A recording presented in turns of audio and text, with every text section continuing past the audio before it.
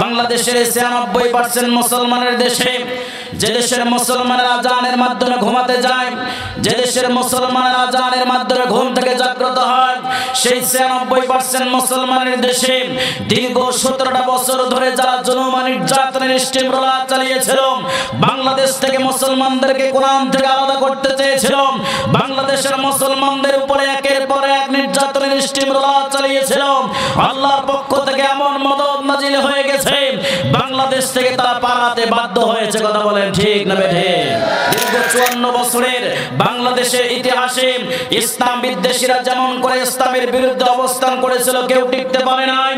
সুতরাং যদি আবার কেউ বাংলাদেশের জমিনে কোরআন এবং ইসলামের বিরুদ্ধে অবস্থান করে, আমরা তাদেরকে স্মরণ করে দিতে চাই 24 আন্দোলনে যেমন করে তারা বাংলাদেশ থেকে পালাতে বাধ্য হয়েছে, আবার যদি কেউ কোরআন এবং ইসলামের বিরুদ্ধে অবস্থান করার দুঃসাহস বাংলার জমিনে করে, আমাদের জীবনের শেষ রক্তবিন্দু দিয়ে হলেও এই কোরআনকে বাংলার জমিনে প্রতিষ্ঠিত করার জন্য, ইসলামকে বাংলার জমিনে প্রতিষ্ঠিত করার জন্য যদি আবার জুলাইয়ের আন্দোলনের মতো 24 আন্দোলনের মতো রাস্তায় ঝাঁপিয়ে পড়তে হয়, যদি আমাদেরকে জীবন দিতে হয়, যদি আমাদেরকে শহীদ হতে হয়, আমরা তাই করতে প্রস্তুত আছি। বাংলার জমিনে আর কোন নাস্তিকদেরকে আমরা প্রশ্রয় দেব না। কারা কারা রাজি আছেন দুহাত তুলে আল্লাহকে দেখায় দেয়। কোরআন শোনার পরে কোরআনের পক্ষে আমাদের জনমত তৈরি করতে হবে। বাংলাদেশের জমিনে দীর্ঘ 54 বছরের ইতিহাসে এই বাংলার জমিনে কোনো হিন্দু রাষ্ট্র ক্ষমতায় যায় নাই, কোনো বৌদ্ধ রাষ্ট্র ক্ষমতায় যায় নাই। মুসলমানদের মধ্য থেকে রাষ্ট্র ক্ষমতায় যাওয়ার পরে 96% মুসলমানের হাতের সমর্থন নেয়া রাষ্ট্র ক্ষমতায় যাওয়ার পরে তারা আবার উল্টা এই মুসলমানদের উপরে নির্যাতনের স্টিমরোলার চালিয়েছে। কথা বলেন ঠিক কিনা? আমাদেরকে দৃঢ় সিদ্ধান্ত গ্রহণ করতে হবে। আমরা যেমন করে 24 আন্দোলনের মাধ্যমে বাংলাদেশকে ফ্যাসিস্ট মুক্ত করেছি, আবার সেরকম করে যদি ঝাঁপিয়ে পড়তে হয়, আবার আমরা ঝাঁপিয়ে পড়বো। বাংলাদেশের মানুষের তৈরি করা আইন প্রতিষ্ঠিত হতে দেব না, দেব না, দেব না। সাহস নিয়ে দাঁড়িয়েছি তাই মুক্ত হয়েছে জমিন, সাহস নিয়ে দাঁড়ালে আবার কায়েম হয়ে যাবে দিন, ঠিক না? সাহস নিয়ে দাঁড়িয়েছি তাই মুক্ত হয়েছে জমিন, সাহস নিয়ে দাঁড়ালে আবার কায়েম হয়ে যাবে দিন। তাই নয় নয় নয় আর কোন ভয়, আনতে হবে কোরআনের বিজয়। আসসালামু আলাইকুম ওয়া রাহমাতুল্লাহি ওয়া বারাকাতুহু। ওয়া আলাইকুম আসসালাম ওয়া রাহমাতুল্লাহ। আলহামদুলিল্লাহ আলহামদুলিল্লাহি নাহমাদুহু ওয়া নাস্তাঈনুহু ওয়া নাস্তাগফিরুহু ওয়া নাউযু বিল্লাহি মিন শুরুরি আনফুসিনা ওয়া মিন সাইয়্যাতি আ'মালিনা। من يهده الله فلا مضل له ومن يضلله فلا هادي له ونشهد أن لا إله إلا الله وحده لا شريك له الذي أرسله بالحق بشيرا ونذيرا وداعيا إلى الله بإذنه وسراجا منيرا. فقد قال الله تعالى في كلامه المجيد وفرقانه الحميد. সবাই জবান ছেড়ে পড়েন আউযু বিল্লাহি মিনাশ الشيطان الرجيم بسم الله الرحمن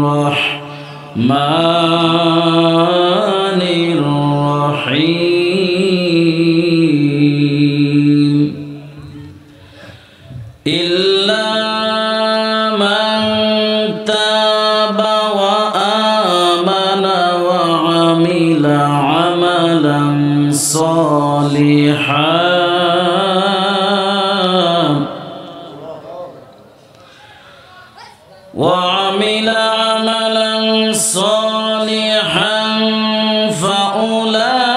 فأولئك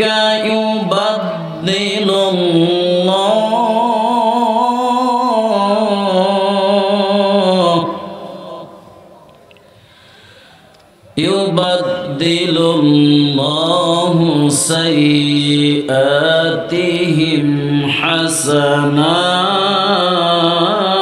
حسنات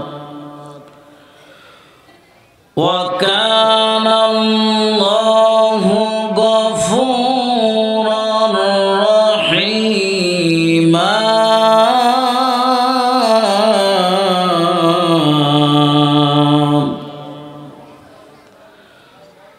وقال الله تعالى في شان حبيبه إن الله وملائكته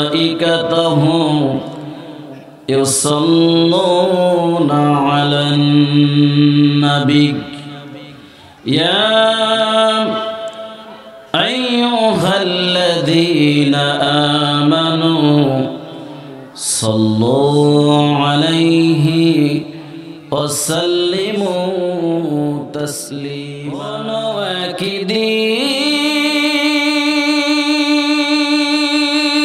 وكدين এদেশের আকাশে কালিমার পতাকা উড়বে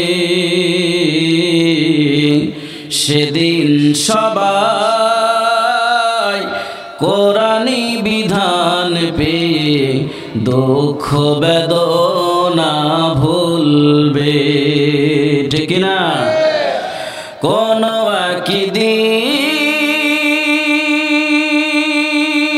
একদিন এদেশের আকাশে কালিমার পতাকা উড়বে সেদিন সবাই খোদাই বিধান পেয়ে দুঃখ বেদনা ভুলবে সেদিন সবাই কোরআনী বিধান পেয়ে দুঃখ বেদনা ভুলবে সেদিন আর হবে না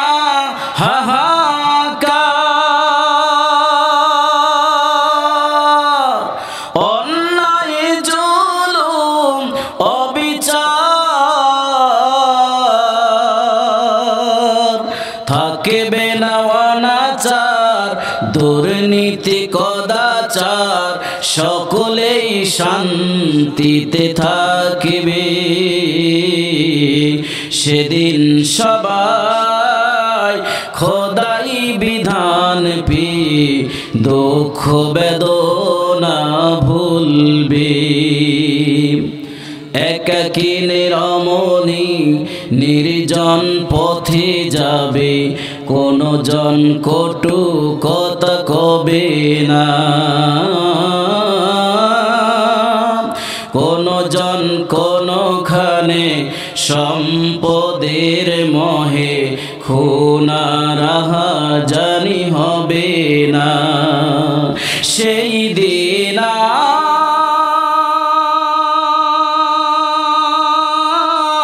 নয় বেশি দূরে ঠিক না সেই দিন নয় বেশি দূরে আর কিছু পথ গেলে মিলবে সেদিন সবাই খোদাই বিধান পেয়ে দুঃখ বেদনা ভুলবে কোনো একদিন এদেশের আকাশে কালিমার পতাকা দুলবে, সেদিন সবাই খোদাই বিধান পেয়ে দুঃখ বেদনা ভুলবে, সেদিন সবাই কোরআনি বিধান পেয়ে দুঃখ বেদনা ভুলবে। চিল্লায় বলে মারহাবা। জান্নাতুল বাকি কেন্দ্রীয় কবরস্থান মরহুম আজিজুল ইসলাম দিনিয়া মাদ্রাসা ও যুব সমাজের উদ্যোগে চতুর্থ বার্ষিকী এক বিশাল তাফসিরুল কোরআন মাহফিল।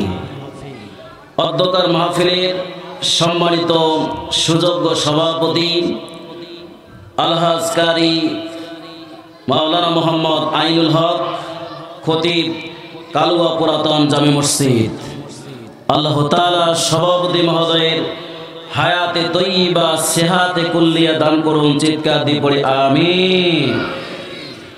প্রধান অতিথি জনাব মোহাম্মদ আরিফুল ইসলাম আরিফ, বিশিষ্ট সমাজসেবক ও ব্যবসায়ী রংপুর। আল্লাহ তাআলা প্রধান অতিথি মহোদয়কে আজীবন জাতির সেবা করার তৌফিক দান করুন, করছি আমিন। আজকের এই তাফসিরুল কোরআন মাহফিলের প্রধান আলোচক প্রখ্যাত ইসলামী সঙ্গীত শিল্পী, ভারত বাংলাদেশ খ্যাত জনপ্রিয় বক্তা মাওলানা মুফতি আবুল হাসান দোহারি, কামিল এম.এ. ফিকা ও তাফসির বিভাগ, ইসলামী আরবি বিশ্ববিদ্যালয়, ঢাকা। অত্যন্ত কষ্ট করে তিনি আমাদের মাঝে উপস্থিত হয়েছেন। আল্লাহ তাআলা ওনার কণ্ঠকে সুস্থ রাখুন, হায়াতে তৈয়বা দান করুন, করছে আমিন। এতক্ষণ ধরে আপনাদের সামনে আলোচনা রেখে ধন্য করেছেন আমার একান্ত প্রিয় ভাই মাওলানা মোহাম্মদ মুস্তাক আহমেদ, বিশেষ অতিথিবৃন্দ, আমন্ত্রিত অতিথিবৃন্দ, মঞ্চে উপস্থিত সম্মানিত ওলামায়ে কেরাম, আমার সামনে বসা দূর দূরান্ত থেকে আসা কোরআন প্রেমিক, ইসলাম প্রেমিক, তাওহীদি মুসলিম জনতা, পর্দার অন্তরালে অবস্থানরত সতী সাধবী মা এবং বোনেরা, আমি সকলকে আবারও সালাম নিবেদন করছি। আসসালামু আলাইকুম ওয়া রাহমাতুল্লাহ। শুরুতেই জানতে চাই আপনারা কেমন আছেন ভাই? আলহামদুলিল্লাহ। যিনি আমাদেরকে ভালো রেখেছেন, ভালোবেসে তাফসিরুল কোরআন মাহফিলে এসে আমাদেরকে বসার সুযোগ দান করেছেন, আমরা হৃদয়ের সমস্ত শক্তি আর ভালোবাসা একত্রিত করে চিৎকার দিয়ে সেই রবের দরবারে শুকরিয়া আদায় করছি, আলহামদুলিল্লাহ। দরুদ সালাম পেশ করছি বিশ্ব মানবতার মহান শিক্ষক সাইয়্যিদুল মুরসালিন খতামান নবিয়্যিন, যে নবীর আদর্শ প্রতিষ্ঠায় আমাদের একমাত্র লক্ষ্য, যার পথটাই হচ্ছে আমাদের জন্য দুনিয়ায় শান্তি এবং পরকালের মুক্তির পথ। আমরা সে রাসূলের নামে দরুদ পড়ি সাল্লাল্লাহু আলাইহি ওয়াসাল্লাম। ক্ষমা ও মাগফিরাত কামনা করছি যুগে যুগে যারা আল্লাহর বিধানকে জমিনে প্রতিষ্ঠিত করতে গিয়ে নিজেদের তাজা রক্ত জমিনে ঢেলে দিয়ে শাহাদাতের নজরানা পেশ করেছেন, বিশেষ করে বাংলাদেশকে নতুনভাবে স্বাধীন করতে গিয়ে যারা জীবন দিয়েছেন, আমাদের উপরে বংশ যারা কবরে শুয়ে আছেন, আল্লাহ তাআলা সকলের কবরগুলোকে জান্নাত বানায়া দেন। চিৎকার দিয়ে পড়ে আমিন। বিশেষ করে দোয়া করছি জান্নাতুল বাকি কেন্দ্রীয় কবরস্থানের উদ্যোগে আজকের তাফসিরুল কোরআন মাহফিল, আল্লাহ তাআলা কবরবাসীর সকলের কবরগুলোকে জান্নাত বানায়া দিন। চিৎকার দিয়ে পড়ছে আমিন। প্রাণ প্রিয় ভাই আমার, আমরা এখানে উপস্থিত হয়েছি কোরআন থেকে কথা শোনার জন্য। কথা বলেন ঠিক কিনা? জান্নাতের প্যান্ডেলে বসেছি, জান্নাতি পরিবেশে আমাদেরকে বসতে হবে। কথা বলেন ঠিক দেবে ঠিক? এই যে এলোমেলো ভাবে আমরা বসে আছি, যে পিছনে কয়েকজন যুবক একাই বসে আছে, আসলে এখানে কি কোনো দলাদলি ভাগ আছে নাকি? ভাগ আছে যে না এই কোনো যেহেতু দল মিলবেন না, আমরা আলাদা আলাদা বসি, এরকম যদি না হয়ে থাকে তাহলে আমরা মাহফিলের পরিবেশটাকে সুন্দর করার জন্য সবাই সামনের দিকে চেপে আসব। একেবারে সামনে কোনো ফাঁকা জায়গা রাখবো না, একটু মেহেরবানি করে সবাই সামনের দিকে চাপেন আর একটু জিকির করে লা ইলাহা। পিছনে যারা আছেন চাপেন চাপেন, কেউ আলাদা থাকতে পারবেন না, সবাই আমরা এক। কথা বলেন ঠিক না? লা ইলাহা, জোরে লা ইলাহা, লা ইলাহা, লা ইলাহা ইল্লাল্লাহু মুহাম্মাদুর রাসূলুল্লাহ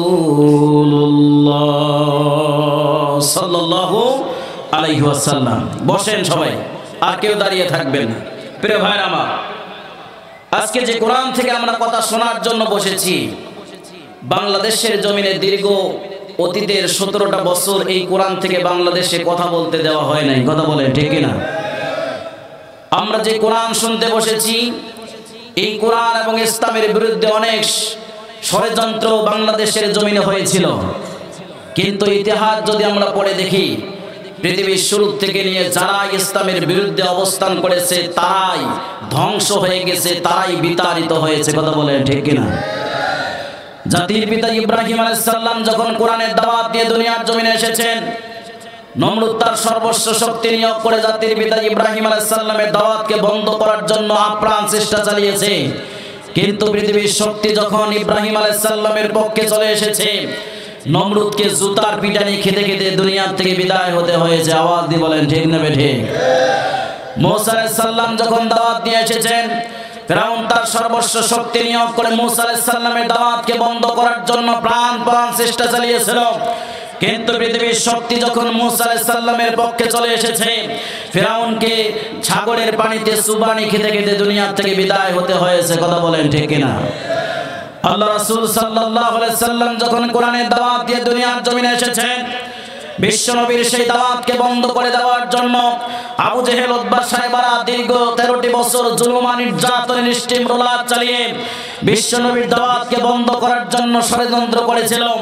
কিন্তু পৃথিবীর শক্তি যখন নবীজির পক্ষে চলে এসেছে, আবু জেহেল, উতবা, সাইবাদেরকে বালিশ ছাড়া যুদ্ধের ময়দানে শোয়ায় দেওয়া হয়েছে। কথা বলেন ঠিক কিনা?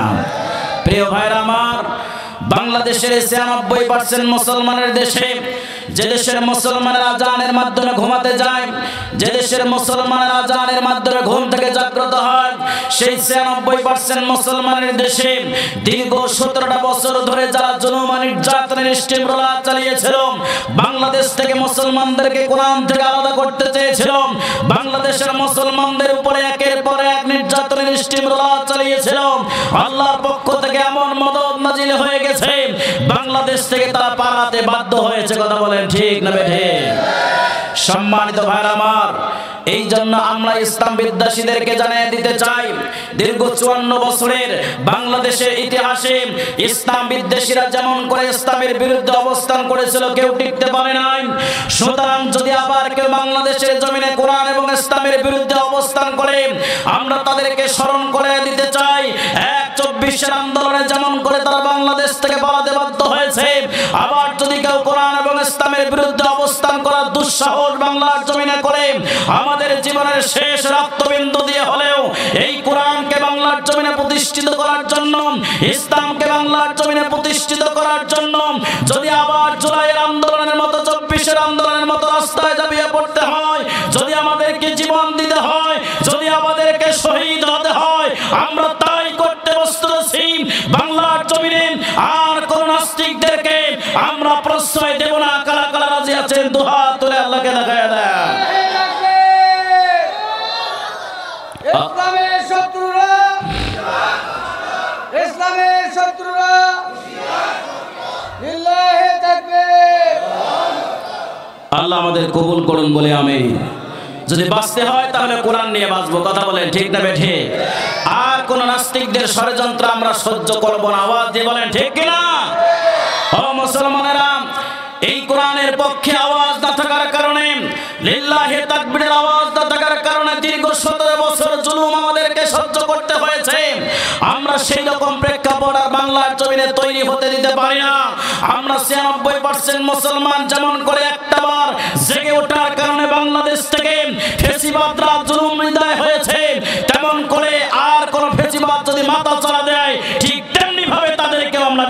করব, কথা বলেন ঠিক না বেঠিক? সম্মানিত ভাইরা আমার, এই জন্য কোরআন আমাদেরকে শুনতে হবে, বুঝতে হবে। এমন ভাবে কোরআন শুনে আমাদের জীবনকে গঠন করতে হবে যাতে করে আর কোন বাংলার জমিনে কোরআন বিরোধী, ইসলাম বিরোধীদের যেন জন্ম উত্থান হতে না পারে।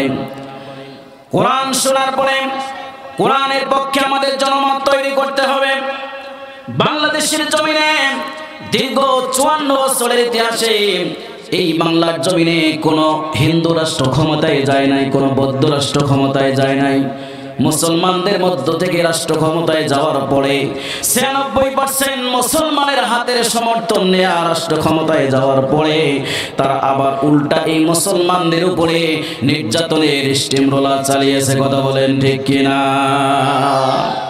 প্রিয় ভাইরা আমার, এই জন্য আমাদেরকে হারানো ঐতিহ্য ফিরিয়ে আনতে হবে। যে ঐতিহ্যের কারণে পৃথিবীর জমিনে আজ টিকেরা টিকতে পারে নাই। এরকম করে আল্লাহ যেমন করে আমাদের একটা সময় আমানত হিসেবে দিয়ে দিয়েছেন, কোরআন উন্মুক্ত পরিবেশে আমরা বলতে পারতেছি এটা আল্লাহর পক্ষ থেকে আমানত। এই সময়টাকে কাজে লাগিয়ে ইসলামের পক্ষে আমাদেরকে তৈরি হতে হবে, প্রস্তুত হতে হবে, যাতে করে বাংলাদেশের জমিনে আর নতুন করে কোনো ইসলাম বিদ্বেষীর জন্ম না হয়, কথা বলেন ঠিক কিনা? আল্লাহ রাব্বুল আলামিন আমাদেরকে পৃথিবীর জমিনে তৈরি করেছেন। আল্লাহর পক্ষ থেকে নির্ধারিত দায়িত্ব দিয়ে আল্লাহ তাআলা দুনিয়ার জমিনে পাঠিয়ে দিয়েছেন। দুইটা উদ্দেশ্য দিয়ে আল্লাহ তাআলা দুনিয়ার জমিনে আমাদেরকে তৈরি করেছেন। একটা উদ্দেশ্য দিয়েছেন মানুষ তৈরি করার পূর্বে, আর একটা উদ্দেশ্য দিয়েছেন মানুষ তৈরি করার পরে। আল্লাহ রাব্বুল আলামিন যখন মানুষ তৈরি করার পরিকল্পনা গ্রহণ করেন, ফেরেশতাদেরকে ডেকে এরকম সমাবেশ করে আল্লাহ রাব্বুল আলামিন সেই সমাবেশের মধ্যে বক্তব্য দিয়ে দিয়েছেন, ইন্নী জাইলুন ফিল আরদি খলিফা। আল্লাহ বলেছেন পৃথিবীর জমিনে আমি খলিফা তৈরি করতে চাই, প্রতিনিধি তৈরি করতে চাই, বলেন সুবহানাল্লাহ। সেই পৃথিবীর মধ্যে আল্লাহ খলিফা হিসেবে আমরা আসার পরে যাতে করে এক একজন করে খলিফা সৎ, যোগ্য, আমানতদারি, আমল আখলাকে সুন্দর একজন করে সুন্দর যোগ্য প্রতিনিধি হতে পারে। এই জন্য আল্লাহ রাব্বুল আলামিন আর একটা উদ্দেশ্য নির্ধারণ করে দিয়ে জানিয়ে দিয়েছেন, ওমা খালাকতুল জিন্না ওয়াল ইনসা ইল্লা লিয়াবুদুন।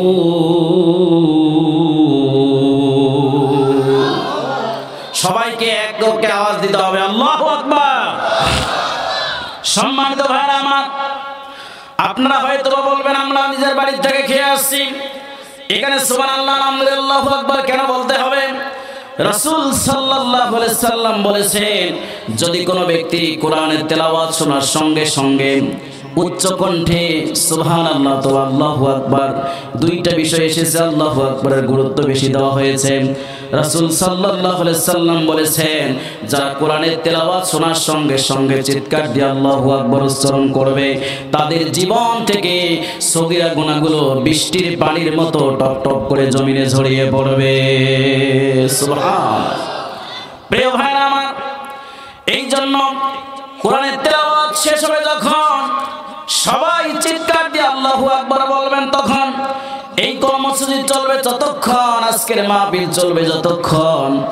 আল্লাহ রাব্বুল আলামিন আমাদের জন্য দুনিয়াতে আর একটা উদ্দেশ্য নির্ধারণ করে দিয়ে জানিয়ে দিয়েছেন, পৃথিবীর মানুষেরা আমি দুনিয়ার জমিনে জিন এবং ইনসানকে তৈরি করেছি শুধুমাত্র কেবলমাত্র আমার ইবাদত করার জন্য। জোরে বলেন সুবহানাল্লাহ। দাসত্ব এবং গোলামি শুধুমাত্র করতে হবে কার? আওয়াজ দিয়ে বলতে হবে কার? আল্লাহ ছাড়া মানুষের তৈরি করা কোন আইনের পক্ষে কোন মুসলমান স্লোগান দিতে পারে? কথা বলেন পারে? আমরা 54 বছর বাংলাদেশের জমিনে মুসলমান হয়ে মানুষের তৈরি করা আইনের পক্ষে স্লোগান দেওয়ার কারণে তারা রাষ্ট্র ক্ষমতায় যাওয়ার পরে স্বৈরাচারী হয়ে উঠেছে, ইসলাম বিদ্বেষী, কোরআন বিদ্বেষী হয়ে উঠেছে।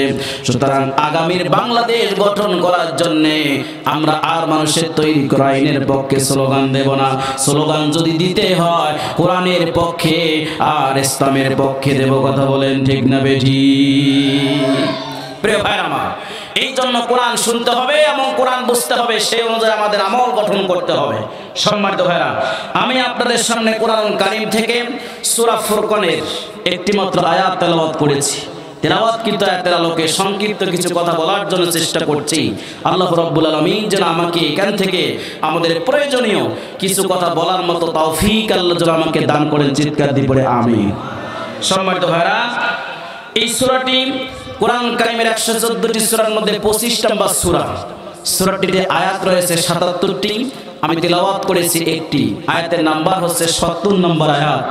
এই সূরাটি নাজিল হয়েছে মক্কায়। আমি যে আয়াত তেলাওয়াত করেছি এই আয়াতটি নাজিলের প্রেক্ষাপটে দুইটা ঘটনা এসেছে, একটা হচ্ছে মক্কায় আর একটা হচ্ছে মদিনায়। প্রিয় ভাইরা আমার, আল্লাহ রাসূল সাল্লাল্লাহু আলাইহি সাল্লাম যখন ইসলামের দাওয়াত দেন, কোরআনের দাওয়াত দেন, এক আল্লাহর দাওয়াত দেন, কাবা শরীফের ভিতরে 360টা মূর্তি এক পাশে রেখে ইবাদত বندگی করেন, আল্লাহর পথে মানুষদেরকে ফিরিয়ে নিয়ে আসার জন্য দাওয়াত দিচ্ছিলেন। চতুর্দিক থেকে বিশ্ব নবীর উপরে নির্যাতনের স্টিম রোলার চালানো হয়েছিল। আল্লাহ রাসূলের দাওয়াতকে বন্ধ করে দেওয়ার জন্য আবু জেহেল, উতবা সাহেবারা এমন কোন পদ্ধতি নাই যেই পদ্ধতি তারা গ্রহণ করে নাই। রাসূল সাল্লাল্লাহু আলাইহি সাল্লাম একদিন কাবা শরীফের পাশে দাঁড়িয়ে আছেন, এমন সময় কিছু মুরব্বি টাইপের কাফির মুশরিকরা এসে বিশ্ব নবীর কাছে বসলো। নবীজিকে ডাক দিয়ে বলল, আব্দুল্লাহর বেটা মুহাম্মদ, আমরা তোমার কাছে এসেছি প্রয়োজনে একটা বিষয় তোমার কাছে জানার জন্য। ও আব্দুল্লাহর বেটা মুহাম্মদ, আমরা তো ইসলাম বিদ্বেষী হয়ে জীবন পরিচালনা করছি, আমরা 360টা মূর্তির ইবাদত করে থাকি, তুমি এক আল্লাহর দাওয়াত দাও, তোমার ইসলামের দাওয়াত দাও, কালেমা গ্রহণ করতে বলো। ও আব্দুল্লাহর বেটা মুহাম্মদ, তোমার কাছে জানার বিষয় হচ্ছে যদি আমরা তোমার কালেমা পড়ে মুসলমান হয়ে যাই, আমরা যদি তোমার ধর্ম গ্রহণ করি, আমরা তো সারা জীবন গুনাহ করতে করতে গুনার সাগরে হাবুডুবু খাচ্ছি, এমন কোন গুনাহ নাই যেই গুনাহ আমরা করি নাই। আমাদের একজনের গুনাহ যদি গোটা পৃথিবীর মানুষকে ভাগ করে দেওয়া যায়, তাহলে গোটা পৃথিবীর মানুষগুলো জাহান্নামে যাওয়ার উপযুক্ত হয়ে যাবে। আমরা এই মারাত্মক গুনাহগার যদি তোমার কালেমা পড়ে মুসলমান হয়ে যাই, ইসলাম ধর্ম গ্রহণ করি, তাহলে এই গুনাহ থেকে আমরা কি মুক্ত হতে পারবো নাকি তোমার কাছে জানতে চাই। রাসূল সাল্লাল্লাহু আলাইহি সাল্লাম সঙ্গে সঙ্গে আসমানের দিকে মাথা তুলে দিলেন, কারণ আল্লাহর অনুমতি ব্যতীত রাসূল একটা কথাও বলতেন না। আল্লাহ রাব্বুল আলামিন আরশে আজিমের মধ্যে জোশ মেরে গেল, নবীজি আরশের দিকে মাথা তুলে দিয়েছেন যখন, সঙ্গে সঙ্গে আল্লাহ রাব্বুল আলামিন এই কাফির মুশরিকদের প্রশ্নের উত্তরে আল্লাহ তাআলা সূরা ফুরকানের 70 নম্বর আয়াত নবীজির উপরে নাজিল করে দিয়েছেন। চিৎকার দিয়ে বলেন সুবহানাল্লাহ। আরেকটা ঘটনা এসেছে মদিনায়। হযরত আবু হুরায়রা রাদিয়াল্লাহু তাআলা আনহু বর্ণনা করেছেন, তাফসীরে তাবারীর বর্ণনা, তিনি বলেন, আমি একদিন মসজিদ নববীর মধ্যে ঈশার নামাজ আদায় করার পরে বাড়িতে চলে গেলাম। আমি আমার ঘরের দরজা খুলে দেখি আমার ঘরের মধ্যে একজন মহিলা বসা। আমি মহিলাকে সালাম বিনিময় করলাম, এরপরে আমি আমার ঘরের ভিতরে প্রবেশ করে নামাজ পড়া শুরু করে দিলাম। কিছুক্ষণ ইবাদত বندگی করার পরে হঠাৎ আমি শুনতে পেলাম আমার দরজার মধ্যে কে জানি টক টক করে আওয়াজ করতেছে। আমি নামাজকে সমাপ্ত করে দিয়ে দরজা খুলে দিলাম। খুলে দিয়ে আমি লক্ষ্য করে দেখি ওই মহিলা এখন পর্যন্ত আমার ঘরের দরজার মধ্যে দাঁড়িয়ে আছে। আমি ডাক দিয়ে বললাম, বোনরে, তুমি এতক্ষণ পর্যন্ত আমার দরজায় দাঁড়িয়ে আছো, কিন্তু কিছু এতক্ষণ পর্যন্ত বলো নাই, তুমি কি জন্য এসেছো আমাকে খুলে বলো। বোনটি ডাক দিয়ে বলল, ভাই আবু হুরায়রা, আমি তোমার কাছে একটা বিষয় জানার জন্য এসেছি। আমি একজন পতিতালয়ের মহিলা ছিলাম, সারা জীবন আমি জেনা ব্যভিচারের সাথে সম্পৃক্ত থেকে গুনার কাজ করেছি। আমার গর্ভে অবৈধ একটা সন্তান প্রসব করেছি। আমি এই সন্তানকে অপমানের বস্তু মনে করে সন্তানটাকে জীবন্ত দাফন করে দিয়ে মেরে ফেলেছি। ও ভাই আবু হুরায়রা, একে আমি ছিলাম গুনাহগার, একটা সন্তানকে হত্যা করে আবার আমি আরেকটা গুনার সাথে সম্পৃক্ত হয়ে গেছি। ভাই আবু হুরায়রা, আমি তোমার কাছে জানতে চাই, আমি যদি তোমাদের ধর্ম গ্রহণ করি তাহলে এই গুনাহ থেকে আমি কি মুক্ত হতে পারবো? আবু হুরায়রা রাদিয়াল্লাহু তাআলা আনহু ডাক দিয়ে বললেন, বন্ডে, তুমি যে মারাত্মক গুনাহ করেছো, এই গুনাহ থেকে বেঁচে থাকার তোমার কোনো উপায় নাই। বন্ডি চিৎকার দিয়ে কান্না করতে করতে ঘর থেকে বের হয়ে গেল। নিজের কপালে নিজে লাথি মারতে লাগলো, আফসোস করতে লাগলো, হায় আফসোস, আমি কেন দুনিয়ার জমিনে জন্মগ্রহণ করেছি, কেন এত মহাপাপের সাথে সম্পৃক্ত হয়েছি, যে গুনাহ থেকে মুক্ত হওয়ার আমার কোনো উপায় নাই।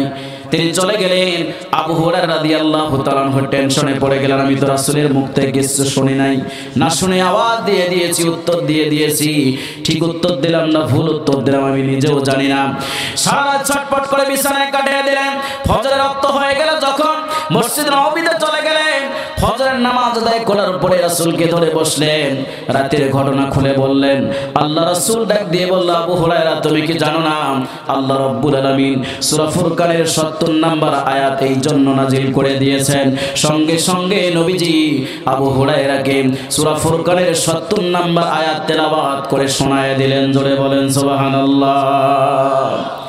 তিনি তেলাওয়াত করে শোনালেন, ইল্লা মান তাবা ওয়া আমানা ওয়া আমিলা আমালান সলিহান ফাউলাইকা ইউবাদদিলুল্লাহু সাইয়্যাতিহিম হাসানাত ওয়া কানাল্লাহু গফুরুর রহিমা।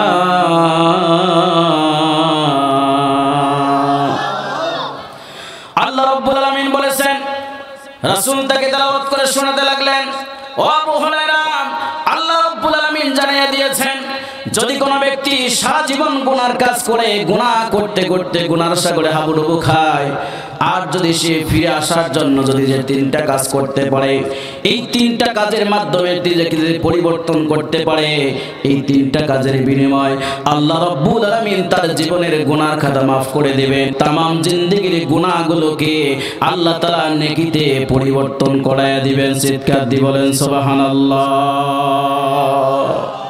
প্রিয় ভাই আমার, এই আয়াতের আলোকে আল্লাহ রাব্বুল আলামিন জানিয়ে দিয়েছেন, কোন ব্যক্তি সারা জীবন যদি গুনার কাজ করে আর গুনাহ থেকে যদি ফিরে আসতে চায়, সে খালেদ ভাবে যদি আল্লাহর দিকে নিজেকে ফিরিয়ে নিয়ে আসতে চায়, আর যদি 3টা মাত্র কাজ করতে পারে, এই 3টা কাজের বিনিময় আল্লাহ তাআলা তার তামাম জিন্দেগির গুনাহগুলোকে মাফ করবে, গুনাহগুলোকে সঙ্গে সঙ্গে নেকিতে পরিবর্তন করায়া দিবেন। চিৎকার দিয়ে বলেন সুবহানাল্লাহ। প্রিয় ভাইরা আমার, আমি এখন আপনাদের কাছে জানতে চাই, আমাদের জীবনে গুনাহ আছে না নাই? এটা জোরে বলতে হবে, আছে না নাই? এই মুহূর্তে যদি আমরা আমাদের জীবনটাকে নিয়ে একটু পর্যালোচনা করি, তাহলে এই কথা সাক্ষ্য দিতে অবশ্যই আমরা বাধ্য। এই জীবনে যতটুকু ভালো কাজ করেছি, এখন যদি আমার মৃত্যু হয়ে যায়, এই ভালো কাজের বিনিময়ে আমরা কি জান্নাতি না জাহান্নামী? সবাই তো বললেন না, জান্নাতি না জাহান্নামী? জাহান্নামী। এটা আমরা সাক্ষ্য দিতে বাধ্য হব, কারণ আল্লাহ যদি দয়া না করেন আর আমার মৃত্যু যদি এখন হয়ে যায়, তাহলে আমার ঠিকানা নিশ্চিত জাহান্নাম। কথা বলেন ঠিক কিনা? প্রিয় ভাইরা, এই জন্য আমি আপনাদের সামনে আয়াত তেলাওয়াত করেছি। এই আয়াত তেলাওয়াত কিন্তু আয়াতের আলোকে আজকে আলোচনার বিষয় হচ্ছে গুনাহ থেকে মুক্ত হওয়ার উপায় কি। 3টা পদ্ধতির কথা আল্লাহ তাআলা বলেছেন। এই 3টা পদ্ধতি শুনে সেই অনুযায়ী আমরা যেন আমল করে আমাদের জীবনকে গুনাহমুক্ত করতে পারি, আল্লাহ যেন সেই তৌফিক দান করেন। চিৎকার দিয়ে পড়ে আমিন। তাহলে আল্লাহ তাআলা এখানে কাজ করতে বলেছেন কয়টা? সবাই বলেন কয়টা? জোরে বলেন কয়টা? 3টা কাজের কথা আল্লাহ তাআলা বলেছেন। 1 নাম্বার কাজ হচ্ছে আল্লাহ তাআলা জানিয়ে দিয়েছেন, ইল্লা মান তাবা। সুবহানাল্লাহ। কথা কার? জোরে বলেন কথা কার? আল্লাহ রাব্বুল আলামিন বলেছেন 3টা কাজের 1 নাম্বার কাজ হচ্ছে যারা তওবা করবে, আল্লাহ তাদের জীবনের গুনার খাতা মাফ করে দিয়ে গুনাহগুলোকে নেকিতে পরিবর্তন করায় দিবেন। সুবহানাল্লাহ। এখন কথা হচ্ছে, অনেকেই এখন জানতে চাইতে পারেন যে ভাই, আমরা তো এটা জানি, এই ওয়াজ আমরা নিজেরাই জানি, আমরা সারা জীবনে জানি যে তওবা করলে আল্লাহ মাফ দেয়, কিন্তু তওবা নিয়ে যদি একটু পর্যালোচনা করে দেখি, এই তওবা আমরা কম বেশি সবাই করি। নামাজ যারা পড়ি, নামাজ শেষ হয় যখন তওবা আস্তাগফিরুল্লাহ উচ্চারণ করে তখন। কথা বলেন ঠিক কিনা? অথবা গুনার কাজ, কোনো গুনাহ করে ফেললে সঙ্গে সঙ্গে গুনাহ শেষ হয়ে যাওয়ার পরে বিবেকটা যখন জাগ্রত হয়, তখন আমরা মুখ দিয়ে উচ্চারণ করে ফেলি তওবা আস্তাগফিরুল্লাহ। কিন্তু এই তওবা আস্তাগফিরুল্লাহ দিয়ে আমাদের সমাজের লোকেরা পরিবর্তন হয়েছে কতটুকু যদি চিন্তা করে দেখেন।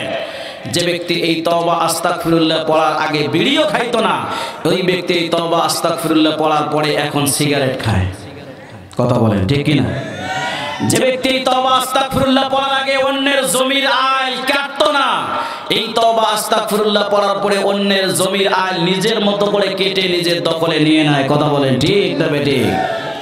তার মানে এই তওবা আস্তাগফিরুল্লাহ দিয়ে আমাদের সমাজের লোক পরিবর্তন হতে পারে নাই। যদি পারতো তাহলে আমরা গুনাহমুক্ত হয়ে যেতাম। কথা বলেন ঠিক কি? প্রিয় ভাইরা আমার, এই জন্য তওবার ব্যাপারে আল্লাহ তাআলা কোরআনে অনেক কথা বলেছেন। আমি শুধুমাত্র একটা আয়াত তেলাওয়াত করে সামনের দিকে চলে যাব। আল্লাহ তাআলা এখানে বলেছেন তওবার একটা নির্ধারিত সময়সীমা, একটা বয়সের কথা আল্লাহ তাআলা আলোচনা করেছেন। সুবহানাল্লাহ। আল্লাহ রাব্বুল আলামিন সূরা নিসার 17-18 নম্বর আয়াতের মধ্যে বলেছেন, আল্লাহ তাআলা বলেছেন, ইন্নামাত তাওবাতু আলাল্লাহি লিল্লাযীনা ইয়ামালুনাস সুআ বিজাহালাতি সুম্মা ইয়াতুবুনা মিন কারিবিন ফাউলাইকা ইয়াতুবুল্লাহু আলাইহিম ওয়া কানা আল্লাহু আলিমান হাকীমা। আল্লাহ রাব্বুল আলামিন তওবার একটা নির্ধারিত সময় নির্ধারণ করে দিয়েছেন। আল্লাহ তাআলা বলেছেন, নিশ্চয়ই তাদের তওবা কবুল করা আল্লাহর দায়িত্বে উপনীত হয়ে যায়। যারা অজ্ঞতাবশত গুনার কাজ করে ফেলে আর গুনাহ করার সঙ্গে সঙ্গে অনতি বিলম্বে, কোনো বিলম্ব না করে সঙ্গে সঙ্গে তওবা করে, আল্লাহ রাব্বুল আলামিন তাদের তওবাগুলোকে আল্লাহ তাআলা কবুল করে নেন। বলেন সুবহানাল্লাহ। আরেকটা গ্রুপের কথা আল্লাহ বলেছেন, আর কিছু শ্রেণীর মানুষ আছে যারা সারা জীবনে গুনাহ করতে থাকতে, গুনাহ করতে করতে মৃত্যু এসে যখন উপস্থিত হয়ে যায়, কখন জানি তার জানটা বের হয়ে যায়, এরকম অবস্থায় যখন উপনীত হয়ে যায়, তখন যদি তওবা করে, এই তওবা আল্লাহর দরবারে কবুল করা হয় না। বলেন নাউজুবিল্লাহ। তার মানে তওবার একটা নির্ধারিত সময়সীমা আল্লাহ নির্ধারণ করে দিয়েছেন। মনে করেন একজন ব্যক্তি চাকরিতে ঘুষ খায়, এখন এই ব্যক্তি যদি তওবা করে যে আল্লাহ আমি তওবা করতেছি, যেদিন থেকে চাকরি শেষ হয়ে যাবে আর সেই দিন থেকে আমি ঘুষ খাবো না। চাকরি শেষ হলে তোমার ঘুষ দেয় কে? কথা কম ঠিক না বেঠিক? এই ঘুষখোরের জন্য তওবা হচ্ছে, তাকে তওবার বয়স হচ্ছে।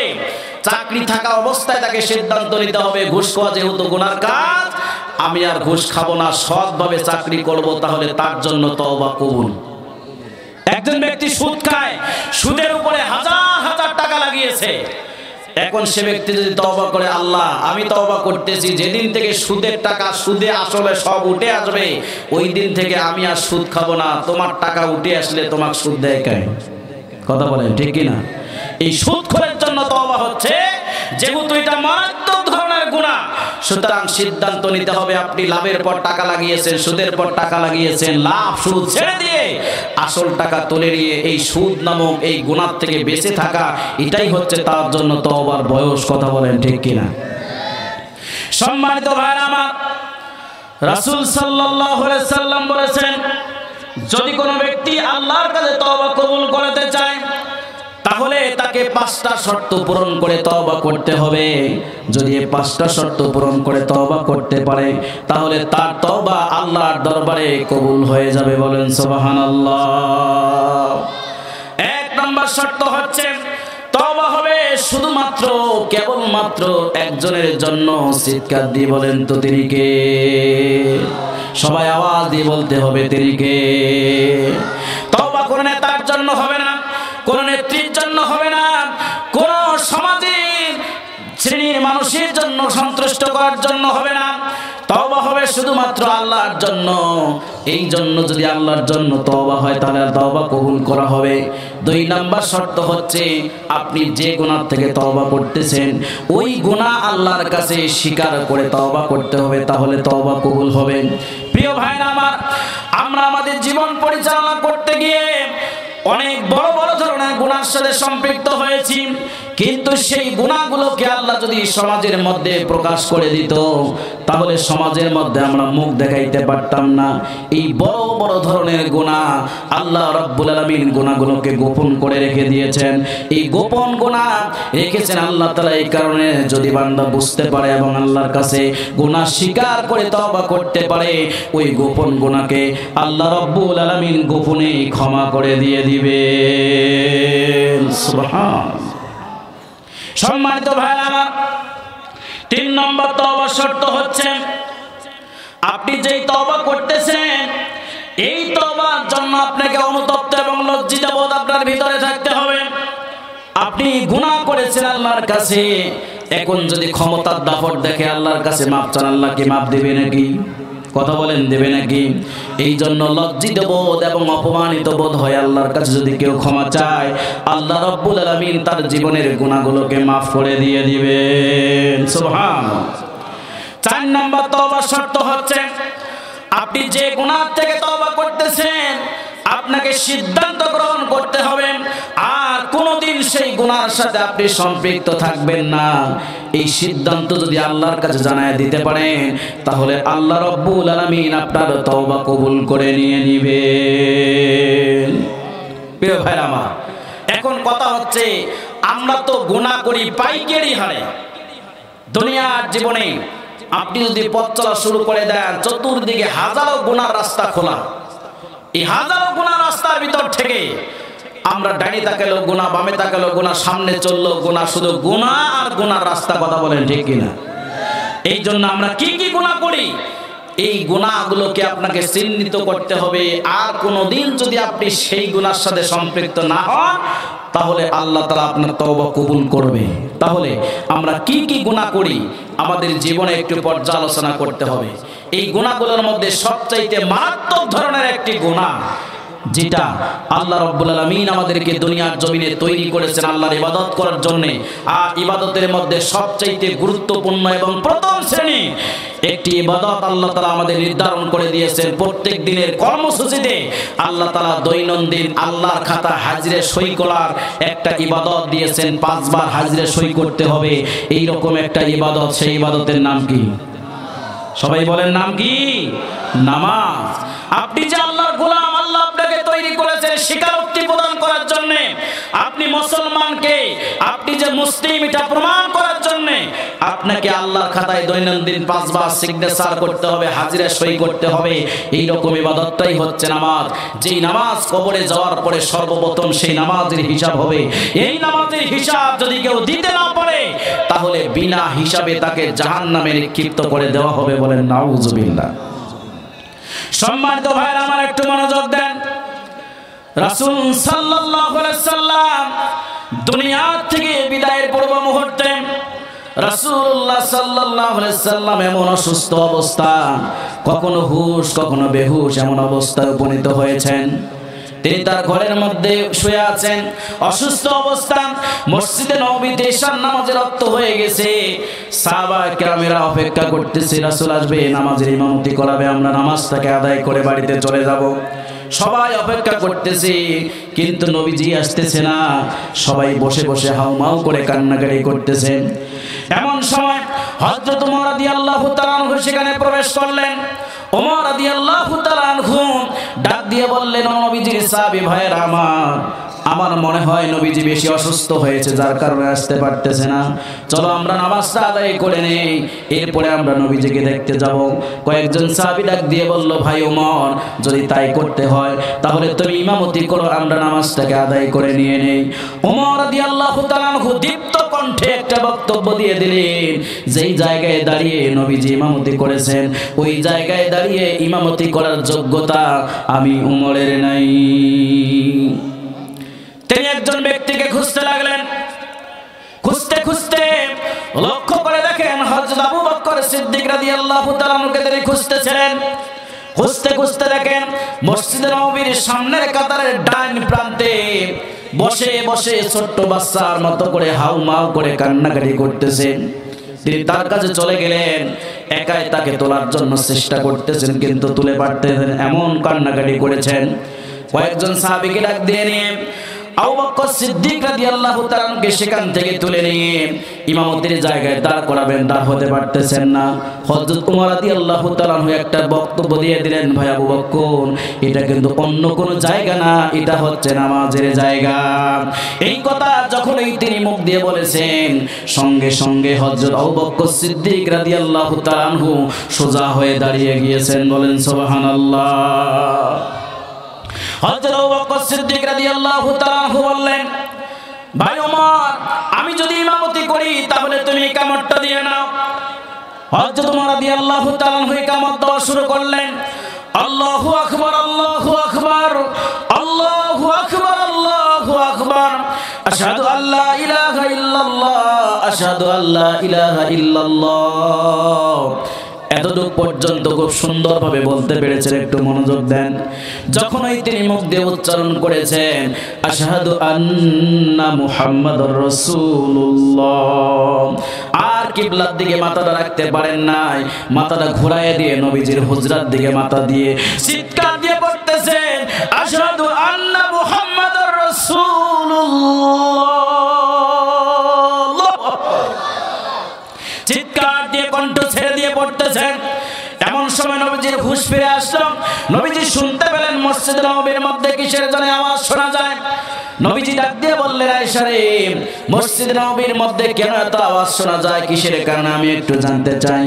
হযরত আয়েশা সিদ্দিকা রাদিয়াল্লাহু তাআলা বর্ণনা করেন, আমি রাসূলকে বললাম, ইয়া রাসূলুল্লাহ, আপনার অপেক্ষা করতে করতে আপনার সাহাবীরা আমার বাবার ইমামতিতে নামাজ পড়া শুরু করে দিয়েছে। বলেন সুবহানাল্লাহ। নবীজি ডাক দিয়ে বললেন, আয়েশা, যদি তাই হয়ে থাকে, আমি তো বিছানা থেকে উঠতে পারতেছি না, আমাকে একটু বিছানা থেকে তুলে বসাও, আমি একটু নামাজের দৃশ্যটাকে দেখতে চাই। হযরত আয়েশা সিদ্দিকা রাদিয়াল্লাহু তাআলা নবীজিকে ধরে বিছানার মধ্যে তুলে বসালেন আর মসজিদে নববীর দিকে দরজার পর্দাটাকে একটু সরাইয়া দিলেন। তিনি বর্ণনা করেন, আমি লক্ষ্য করে দেখলাম একটা পলিথিনের ভিতরে পানি রেখে ফুটো করে দিলে যেমন করে চোখ চোখ করে পানি বের হয়ে দূরে চলে যায়, আমি লক্ষ্য করে দেখলাম নবীজির চোখ বন্ধ ছিল। যখনই তিনি নামাজের দৃশ্য দেখেছেন, দেখার সঙ্গে সঙ্গে নবীজির চোখ থেকে পানি ফিনকি দিয়া টপ টপ করে জমিনের মধ্যে পড়া শুরু হয়ে গিয়েছে। আমি ডাক দিয়ে জিজ্ঞেস করলাম, ইয়া রাসূলুল্লাহ, আপনাকে তুলতে গিয়ে হয়তো কষ্ট পেয়েছেন, ব্যথা পেয়েছেন, এই কারণে আপনি কান্নাকাটি করতেছেন। ইয়া রাসূলুল্লাহ, ইয়া হাবিবাল্লাহ, যদি কোনো বেয়াদবি করে থেকে আল্লাহর রাস্তায় আমাকে maaf করে দিয়ে দিবেন। নবীজি ডাক দিয়ে বলল, আয়েশা রে, এটা আমার কোনো দুঃখের কান্না না, এটা আমার কোনো কষ্টের কান্না না। আমি যে নামাজের দৃশ্য দেখলাম, আমার ভবিষ্যতের একটা চিত্র আমার চোখের সামনে ধরা পড়ে গেল। নবীজি সেই সময় একটা গুরুত্বপূর্ণ কথা বলেছেন। নবীজি বললেন, আয়েশা রে, আমি যেটা দেখতে পেলাম আমার চোখের সামনে ভবিষ্যতের একটা চিত্র ধরা পড়ে গেল। আমার যারা উম্মত বলে দাবি করবে, তারা কিয়ামত পর্যন্ত এইভাবে জামাতে নামাজ আদায় করবে। জোরে বলেন সুবহানাল্লাহ। প্রিয় ভাই আমার, নবীজি বিদায়ের সময় একটা কথাই বারবার বলেছেন, আসসালাতু আসসালাতু ওয়া মা মালাকাত ঈমানুকুম। আমার উম্মতের নামাজ, নামাজ, তোমরা নামাজকে ছেড়ে দিও না। আর আজকে সেই নবীজির উম্মত বলে দাবি করি, আজকে সমাজের মধ্যে মুসলমানের অভাব নেই, কিন্তু মসজিদে গেলে নামাজের সংখ্যা নেই। কথা বলেন ঠিক না বেঠিক? বিশেষ করে আজকে যুব সমাজ নামাজ থেকে একবারে বাইরে চলে গেছে, নামাজের ধার ধারে না। যদি বলা হয় নামাজের কথা, তাহলে বলে যে সময় আছে, পড়ব, এরকম বিভিন্ন অজুহাত দিয়ে নামাজ থেকে দূরে সরে যায়। কথা বলেন ঠিক কিনা? প্রিয় ভাইরা আমার, যে নামাজের ব্যাপারে রাসূল এত কঠিন কথা বলেছেন। আল্লাহ রাসূল হাদিসে বলেছেন, বেনামাজির জন্য 15টা শাস্তি দেওয়া হবে। দুনিয়ায় দেওয়া হবে 5টা, মৃত্যুর সময় দেওয়া হবে 3টা, কবরে দেওয়া হবে 3টা, কবর থেকে তোলার পরে দেওয়া হবে 4টা। এই 15টা শাস্তি বরাদ্দ থাকবে। যে 15টা শাস্তি যদি হিসাব করে দেখি, আমরা সেই শাস্তির আওতায় পড়ে আছি।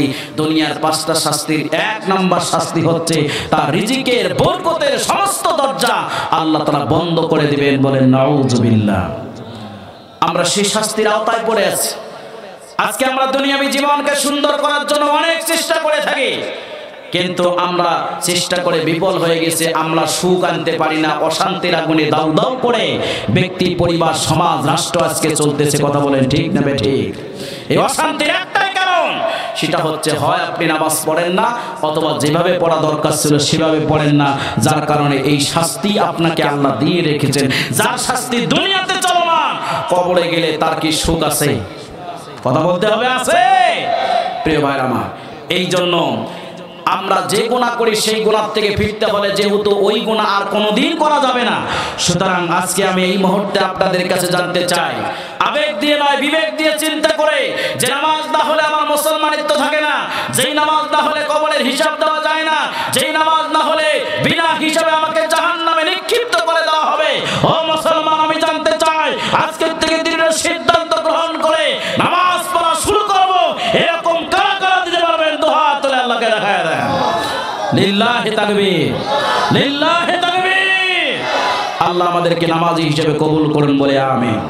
প্রিয় ভাইরা আমার, গুনাহ থেকে বাঁচার জন্য আমি বলেছি তিনটা কাজ করলে আল্লাহ তাআলা গুনাহগুলো মাফ করে নেকিতে পরিবর্তন করে দেবেন। তার এক নাম্বার কাজ হচ্ছে তওবা করা। এই তওবা কবুলের শর্ত বলেছি আমি কয়টা? কারো খেয়াল নেই? পাঁচটা। কয়টা? পাঁচটা। এই পাঁচটা শর্ত পূরণ করে তওবা করলে আল্লাহ তওবা আমাদের কবুল করবেন। জোরে বলেন সুবহানাল্লাহ। এবার আসেন দুই নম্বর পদ্ধতি। আল্লাহ রাব্বুল আলামিন বলেছেন ওয়া আমানা, ঈমানটা পরিপূর্ণ আনতে হবে আল্লাহর উপর। জোরে বলেন সুবহানাল্লাহ। ঈমান যদি পরিপূর্ণ না হয়, তাহলে আমরা যে ঈমানের দাবি করি, যে ঈমানের বড়াই করে দুনিয়াতে চলাফেরা করতেছি, এই ঈমানদারিত্ব দিয়ে আল্লাহর কাছে পার পাওয়া যাবে? কথা বলেন, যাবে না। রাসূল সাল্লাল্লাহু আলাইহি সাল্লাম বলেছেন ঈমান প্রকাশ করতে হবে তিনটা কাজের মধ্য দিয়ে: মুখে স্বীকার করা, অন্তরে বিশ্বাস করা, বাস্তবতার ময়দানে কাজে প্রমাণ করে দিতে হবে আমরা ঈমান এনেছি। জোরে বলেন কার উপর? আওয়াজ হলো না, জোরে বলেন কার উপর? আল্লাহর উপর ঈমান এনেছি, এটা শুধুমাত্র মুখে বললেই হবে না, শুধুমাত্র অন্তরে বিশ্বাস করলেই হবে না, আপনাকে প্রমাণ করে দিতে হবে। এই ঈমানদারের কাজের মাধ্যমে প্রমাণ করতে হবে। কাজ ছাড়া ঈমানকে প্রমাণ করা সম্ভব হবে না। রাসূল সাল্লাল্লাহু আলাইহি সাল্লাম আরো বলেছেন তিনটা কাজের মধ্য দিয়ে ঈমানকে প্রমাণ করতে হবে। এই তিনটা কাজ কোন ঈমানদারের সামনে যদি অন্যায় সংঘটিত হয়, তাহলে সেই ঈমানদার সর্বপ্রথম হাত দিয়ে অন্যায়ের প্রতিবাদ করবে। যদি হাত দিয়ে করতে না পারে, তাহলে মুখ দিয়ে প্রতিবাদ করবে।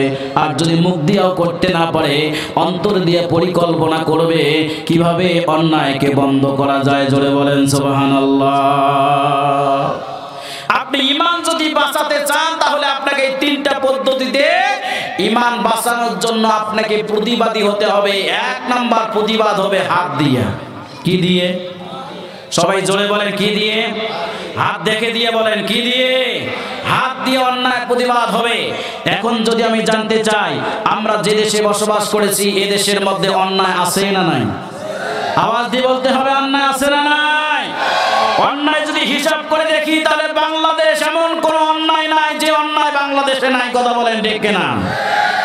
দীর্ঘ 54 বছর মানুষের তৈরি করা আইন দিয়ে যারা দেশ পরিচালনা করেছে, বাংলাদেশ অন্যায় দিয়ে তারা ভরপুর করে ফেলেছে। অন্যায়কে প্রতিষ্ঠিত করার জন্য তারা কাজ করেছে। কথা বলেন ঠিক কিনা? মুখে বলেছে তারা অন্যায় বন্ধ করতে চায়, চুরি বন্ধ করতে চায়, ধর্ষণ বন্ধ করতে চায়, রাজধানী বন্ধ করতে চায়, গুম খুন বন্ধ করতে চায়, কিন্তু তারাই সেই কাজগুলোর সাথে সম্পৃক্ত ছিল। কথা বলেন ঠিক কিনা? এর একটাই মাত্র কারণ, সেটা হচ্ছে বাংলাদেশের জমিনে 96% মুসলমানের দেশে, যে দেশের মুসলমানরা আযানের মাধ্যমে ঘুমাতে যায়, যে দেশের মুসলমানরা আযানের মাধ্যমে ঘুম থেকে জাগ্রত হয়, সেই 96% মুসলমানের দেশে আল্লাহর কোরআনের আইন চলে না, মানুষের তৈরি করা আইন চলে। কথা বলেন ঠিক কিনা? এই মানুষের তৈরি করা আইন চলার কারণে বাংলাদেশ থেকে একটা অন্যায় বন্ধ করা সম্ভব হয় না। অন্যায় বন্ধ করতে গেলে আইন লাগবে কার? চিৎকার দিয়ে বলেন কার?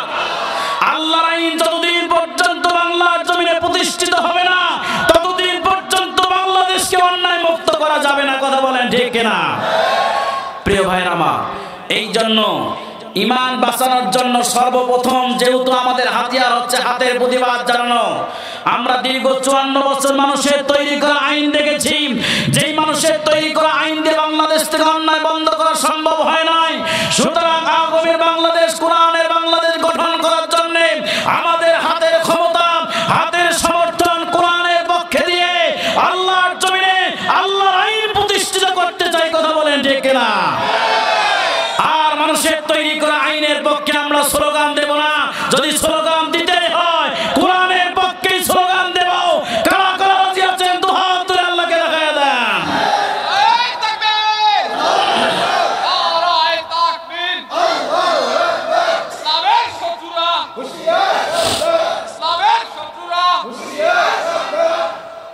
আল্লাহ আমাদেরকে কবুল করুন বলে আমিন। আমরা এতদিন দেখেছি বাবার আইন দিয়ে দেশ চলেছে, শান্তি আসে নাই। চাচার আইন দিয়ে দেশ চলেছে, শান্তি আসে নাই। ভাবির আইন দিয়ে দেশ চলেছে, শান্তি আসে নাই। আফার আইন দিয়ে দেশ চলেছে, শান্তি আসে নাই। এখন একটাই দেখার বাকি, কোরআন দিয়ে দেশ চললে কিভাবে শান্তি আসে, কথা বলেন ঠিক কিনা? আর এইটা দেখার জন্য আমাদেরকে দৃঢ় সিদ্ধান্ত গ্রহণ করতে হবে। আমরা যেমন করে 24 এক আন্দোলনের মাধ্যমে বাংলাদেশকে ফ্যাসিস্ট মুক্ত করেছি, আবার সেরকম করে যদি ঝাঁপিয়ে পড়তে হয়, আবার আমরা ঝাঁপিয়ে পড়বো। বাংলাদেশের মানুষের তৈরি করা আইন প্রতিষ্ঠিত হতে দেব না, দেব না, দেব না। সাহস নিয়ে দাঁড়িয়েছি তাই মুক্ত হয়েছে জমিন। সাহস নিয়ে দাঁড়ালে আবার কায়েম হয়ে যাবে দিন, ঠিক না? সাহস নিয়ে দাঁড়িয়েছি তাই মুক্ত হয়েছে জমিন। সাহস নিয়ে দাঁড়ালে আবার কায়েম হয়ে যাবে দিন।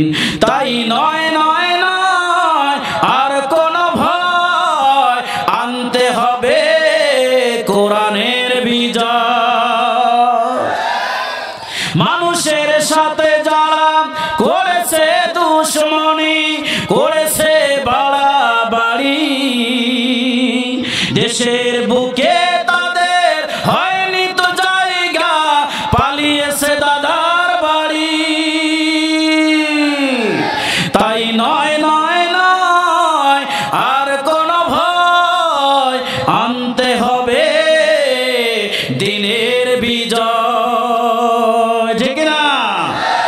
এই জন্য আমাদের আরেকবার যদি আমরা জাগতে পারি, যেমন করে এক জায়গায় বাংলাদেশ ফ্যাসিস্ট মুক্ত হয়েছে, আরেকবার জাগলে পরে কোরআনের আইন প্রতিষ্ঠিত হয়ে যাবে, কথা বলেন ঠিক না? প্রিয় ভাইরা আমার, এই জন্য ঈমান বাঁচানোর জন্য 1 নাম্বার হাতিয়ার হচ্ছে হাত দিয়ে। কি দিয়ে? কথা বলেন কি দিয়ে? এই হাতের প্রতিবাদ আমাদের এখন হবে কোরআনের পক্ষে, ইসলামের পক্ষে, কথা বলেন ঠিক কিনা? আমরা আর মানুষের তৈরি করা আইনের পক্ষে স্লোগান দেব না, অমুক নেতার চরিত্র ফুলের মতো পবিত্র, যে নেতা নামাজ পড়ে না 1 ওয়াক্ত, গাঞ্জা খায় 5 ওয়াক্ত, কথা বলেন ঠিক কিনা? এখন কোরআনের পক্ষে আমাদেরকে স্লোগান দিয়ে কোরআনের পক্ষেই থাকতে হবে। জীবন বাঁচবে যতদিন কোরআনের পক্ষে থাকবো ততদিন, কথা বলেন ঠিক কিনা? প্রিয় ভাইরা আমার, 2 নাম্বার প্রতিবাদ হবে মুখ দিয়ে। আমরা এই কোরআনের মাহফিল থেকে জানতে পারলাম আমাদের প্রতিবাদ হবে হাত দিয়ে, ইসলামের পক্ষে, কোরআনের পক্ষে। এইটা শুধুমাত্র নিজেরাই থাকলে হবে না, আমাদের ব্যক্তি, পাড়া প্রতিবেশী, আত্মীয় স্বজন সকলের কাছে এটা ছড়িয়ে দিতে হবে। আমাদের সবদের কাছে এখন অপেক্ষা কোরআনের বাংলাদেশ, কথা বলেন ঠিক না বেঠিক?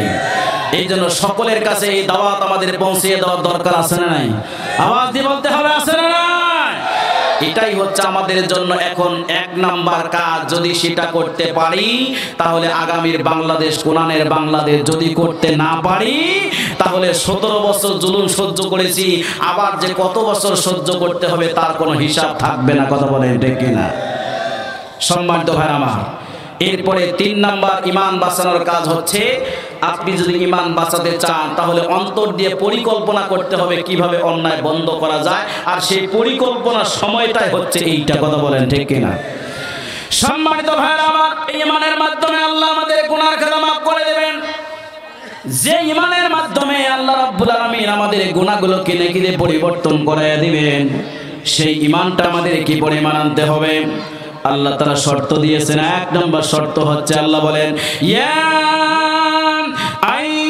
আইয়ুহাল্লাযীনা আমানু দুখুলু ফিস-সিলমি কাফা। আল্লাহু আকবার। আল্লাহ তাআলা বলেছেন, হে ঈমানদার লোকেরা, যদি ইসলাম মানতে চাও, যদি ইসলাম মানতে হয় তাহলে আদি ভাবে ইসলাম মানলে হবে না, পরিপূর্ণভাবে ইসলামে প্রবেশ করো। জোরে বলেন সুবহানাল্লাহ। ইসলাম মানতে হবে পরিপূর্ণ না আদি? সবাই বলেন পরিপূর্ণ না আদি? আপনি এমন ইসলাম বাঁচবেন, সুবিধাবাদ জিন্দাবাদ, যেটা ভালো লাগবে সেটা মানবেন, আর যেটাতে কষ্ট হবে সেটা মানবেন না। এই ইসলাম মেনে আপনার কোনো ফল হবে না। কথা বলেন ঠিক কিনা?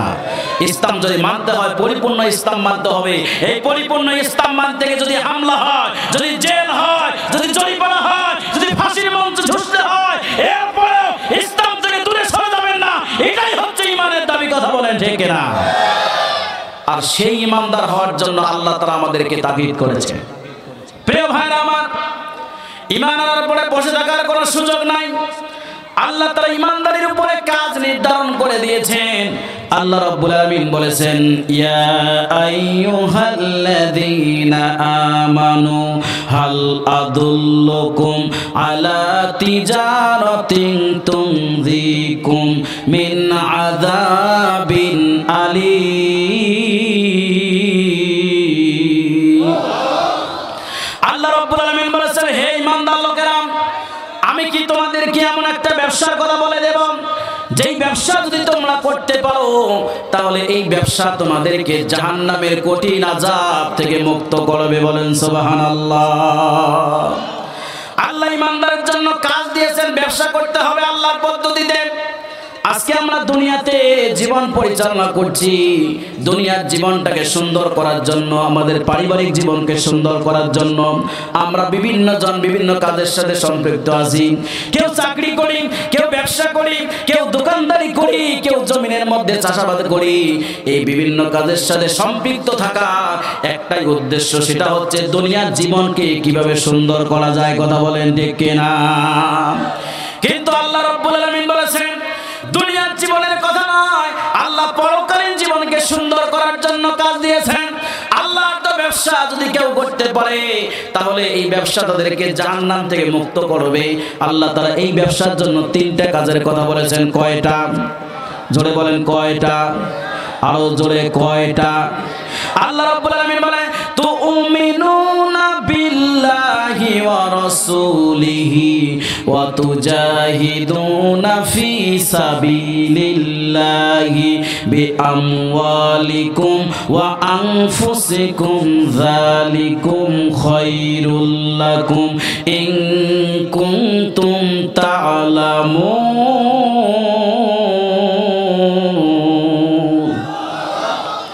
আল্লাহ রাব্বুল আলামিন জানিয়ে দিয়েছেন, যদি তোমরা আল্লাহর ব্যবসা করতে পারো তাহলে তোমাদের জন্য এক নাম্বার পুরস্কার জাহান্নাম থেকে মুক্ত করা হবে। এরপরে আল্লাহ ব্যবসার পদ্ধতি বর্ণনা করেছেন। এক নাম্বার কাজ হচ্ছে তুমিনুনা বিল্লাহ, আল্লাহর প্রতি পরিপূর্ণ ঈমান। দুই নাম্বার কাজ রাসূলিহি, রাসূলের প্রতি পরিপূর্ণ ঈমান। তিন নাম্বার কাজ হচ্ছে ওয়াতুজাহিদুনা ফি সাবিলিল্লাহি বিআমওয়ালিকুম ওয়া আনফুসিকুম, মাল এবং জান দিয়া আল্লাহর বিধান প্রতিষ্ঠার জন্য চেষ্টা করতে হবে, লড়াই করতে হবে, সংগ্রাম করতে হবে। বলেন সুবহানাল্লাহ। এই তিনটা কাজ পারবে আপনার জীবনকে পরিবর্তন করে জান্নাত পর্যন্ত পৌঁছায় দিতে। আল্লাহর প্রতি ঈমানটা পরিপূর্ণ আনতে হবে, আদা আদি বলে আনলে হবে না। রাসূলের প্রতি ঈমানটা পরিপূর্ণ আনতে হবে, আদা আদি ভাবে আনলে হবে না। আর মাল এবং জান দিয়া আইন প্রতিষ্ঠা চেষ্টা করতে হবে কার? সবাই জোরে বলেন কার? আমরা গোলাম কার? আমাদের রিজিক দেন কে? দুনিয়াতে বাঁচিয়ে রেখেছেন কে? তাহলে জীবনটা পরিচালিত হবে কার কথায়? আল্লাহর কথায়। আর এটা বাদ দিয়ে আল্লাহর খান, আল্লাহর পরে আল্লাহটা ব্যবহার করে মানুষের তৈরি করা আইনের পক্ষে স্লোগান দেন, আপনার মতো কপাল পরা বেঈমান আর দুনিয়াতে নাই। কথা বলেন ঠিক কিনা? সম্মানিত ভাইরা আমার, এই জন্য আজকে যদি চিন্তা করে দেখি, আল্লাহ তিনটে কাজের কথা বলেছেন। আল্লাহর প্রতি ঈমান কম বেশি সবার আছে, রাসূলের প্রতি ঈমানও কম বেশি সবার আছে, কিন্তু একটা কাজ নাই, সেটা হলো মাল এবং জান দিয়া আল্লাহর আইনের পক্ষে যে চেষ্টা করতে হবে। এই জায়গায় আমরা ধরা খাওয়া। কথা বলেন ঠিক কিনা? এই জায়গায় মানুষ 14 ভাগে বিভক্ত হয়ে গিয়েছে, অথচ আল্লাহ তাআলা নিষেধ করেছেন। আল্লাহ তাআলা বলেছেন, শারা'আলাকুম মিনাদ-দীনি মা ওয়াসসা বিহি নূহান ওয়াল্লাযী আওহাইনা ইলাইকা ওয়া মা ওয়াসাইনা বিহি ইব্রাহিম ওয়া মূসা ওয়া ঈসা আন আকিমুদ-দীনা ওয়া লা তাতাফাররাকু